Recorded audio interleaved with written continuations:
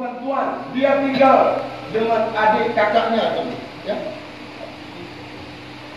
Dia anak yatim daripada ayahnya korban kebakaran minyak kemarin itu. Sumur minyak yang terbakar waktu itu, Bapak, dari Pasir Putih. Dia sekarang tinggal di bawah upah rumbia. Bangunan sederhananya. Kita berkata, apakah pemerintah tidak melihat? Masih banyak yang harus mereka lihat. Maka terabaikanlah sebagian yang tidak terlihat itu. Maka datanglah pemuda-pemuda yang punya antusias dalam menegakkan risalah ini, anjuran dan perintah Rasulullah untuk membantu sesama kita. Maka BMU, Barisan Muda Umat, bergerak untuk melihat sisi-sisi kecil ataupun untuk menelusuri daripada pojok-pojok kampung yang daripada pojok itu tidak pernah ada yang melihat. Walaupun kita katakan negeri kita negeri makmur, tetapi rakyatnya masih sengsara, hadirin. Anak yatim pula, hadirin. Terkadang orang berkata, itu apa kita bantu anak yatim? Kan dia sudah diberi bantuan sama pemerintah. Itu sama kayak orang salat tarawih 8 sama 23 25. Ngapain salat 23? Capek aja. Kita harus balik bertanya dulu. Memangnya salat 8 untuk Tuhan A, salat 23 untuk Tuhan B? Ya, itu logika sehat. Andainya salat 8 yang diterima sama dengan ada Tuhan A, sedangkan 23 tidak diterima karena bermasalah dengan Tuhan B, maka nggak usah sholat 23 kita dulu. Begitu juga nggak usah kita sholat 8 dulu. Kenapa? Bermasalah dengan Tuhan A, bermasalah dengan Tuhan B. Baiknya ngapain? Tidur di rumah, nggak sholat dua-duanya. Maka ini malam kayaknya banyak manusia yang tidak sholat karena beranggapan demikian. Mungkin ada Tuhan A dan B kayaknya. Semoga tidak lagi itu malam-malam besok, hadirin. Ingat, waktu hidup itu tidak kita tentukan, tapi Allah yang tentukan. Kesempatan jangan kita abaikan.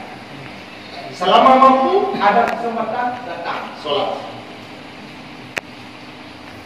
Jangan seperti demikian pandangannya. Kita melihat anak yatim sekarang, mau saya sampaikan, hadirin. Udah dibantu sama pemerintah, ngapain kita bantu? Yang kita bantu mana? Itu soalannya. Nanti hari kiamat ketika orang-orang yang punya donasi dengan nilai 10.000 diberi nilai pahala oleh Allah. Yang kita punya mana, hadirin? Yang kita punya mana itu?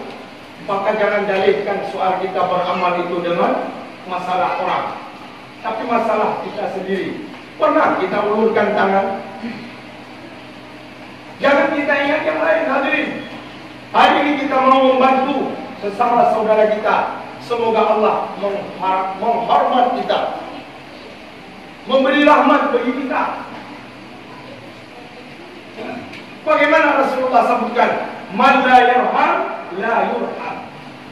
Orang yang tidak memuliakan orang lain, maka ia tidak akan dimuliakan oleh Allah Subhanahu wa taala. Maka jangan kita memandang sinis bagi orang-orang yang hidup di bawah garis kemiskinan, sebab mereka membutuhkan uluran tangan kita, hadirin. Lebih-lebih orang-orang tua kita yang sudah kembali kepada Allah, hadirin. Dia butuh uluran tangan kita lewat kita sedekahkan kepada anak-anak yatim, lewat kita berikan bingkisan-bingkisan kecil kepada fakir miskin, hadirin.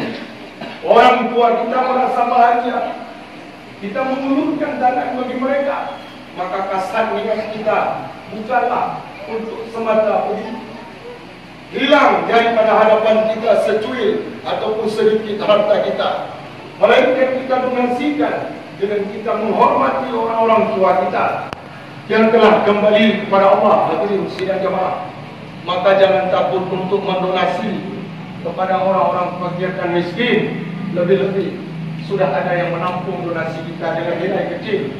Maka silakan hadirin sidang jemaah. Di rantau panjang ada BMU dan ada rekening khusus yang tak mesti orang tahu ketika kita menyedekahkan dengan tangan kanan. Tangan kiri kita tidak tahu dengan nilai dan jumlahnya, hadirin.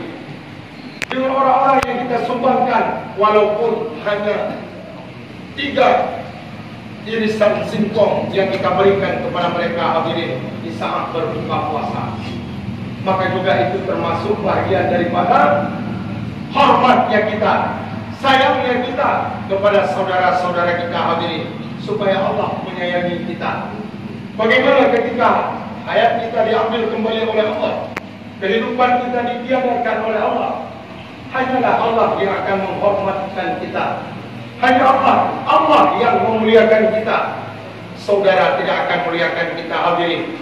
Harta juga tidak akan mulia bagi kita. Apalagi harta itu berada pada tangan orang-orang yang sombong.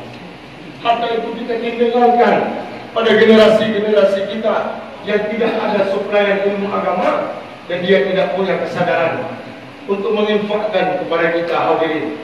Maka apapun yang kita cari, semenjak daripada kecil kita, semenjak daripada saat kita tahu nilai uang, kita cari sampai dengan hari ini. Jangan sampai tertinggal selepas belakangnya kita daripada alam dunia ini tidak berpanjang lagi.